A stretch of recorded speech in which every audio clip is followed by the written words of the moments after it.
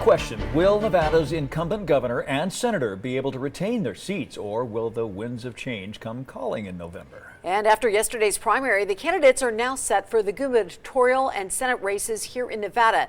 Two contests expected to be closely watched. And reporter Jeremy Chen is live outside the Clark County Elections Office with more on how our state is trending right now. Jeremy. Yeah, Dave and Tricia, currently Democrats occupy both Senate seats and the governorship here in the state of Nevada. However, with the midterm elections coming up in November, Republicans are sensing an opportunity.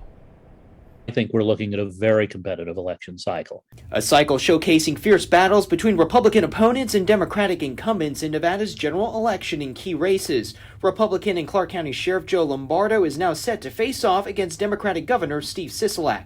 Former Attorney General Adam Laxalt getting the nod from the GOP to try and unseat Democratic Senator Catherine Cortez Masto. UNLV history professor Michael Green says the current political climate nationwide favors Republicans, in part because President Biden has a poor approval rating, those low numbers hurting Democratic candidates. It's hard to separate all of that. I think it used to be easier. The old saying is all politics is local. I think it's less local than it used to be. Both Laxalt and Lombardo were endorsed by President Trump. Laxalt supporting the former president's claims of election fraud, while Lombardo has taken a more moderate stand. Green says the endorsements show a pragmatic approach by the former president.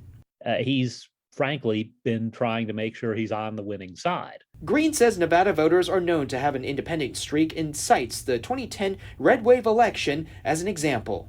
It's always worth remembering that that was the election year in which Harry Reid was definitely going to lose. He didn't. And that also suggests that Nevadans can be cranky and contrary when they're in the mood.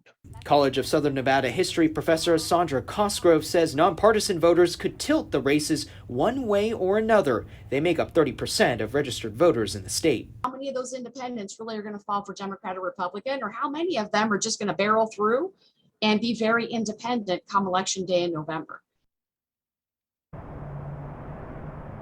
Now, whatever the outcome may be, it will be a fierce fight in November, especially in Nevada's Senate race, where Republicans are going to be trying to tip the balance of power in their favor in the Senate chamber.